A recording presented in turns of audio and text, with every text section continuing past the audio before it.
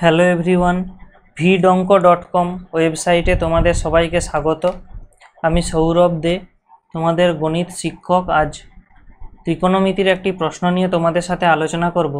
প্রশ্নটিতে cos square theta minus sine square theta সমান 1/x দেওয়া আছে। আমাদেরকে নির্ণয় করতে হবে cos to the power 4 theta minus sign to the power 4 theta. তো যেটা বের করতে হবে সেটাকে আমরা যদি লিখি, just a second,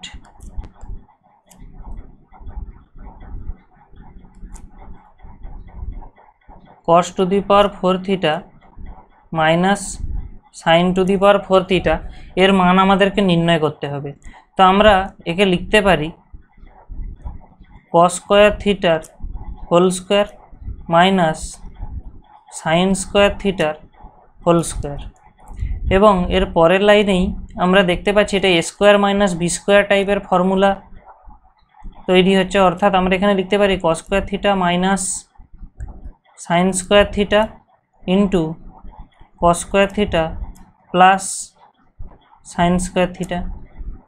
এবারে দেখো, এই cos square theta minus sine square theta এর মান প্রশ্নেই দেওয়া ছিল 1/x, তো আমরা এখানে 1/x লিখলাম, এবং এই cos square theta plus sine square theta এই অংশটার মান হবে 1, কারণ এটা আমাদের একটা ত্রিকোণমিতির অভেদাবলী যে sign square theta plus cos square থিটার মান সর্বদা 1 হয়।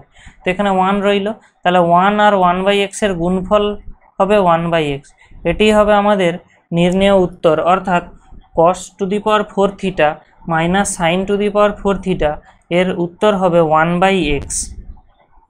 vidonko.com ওয়েবসাইটে এই অঙ্কটি দেখার জন্য তোমাদের অসংখ্য ধন্যবাদ জানাই। এরকমই আরও গণিত ও তার সমাধানের জন্য আমাদের ওয়েবসাইটটি ফলো করো। ধন্যবাদ।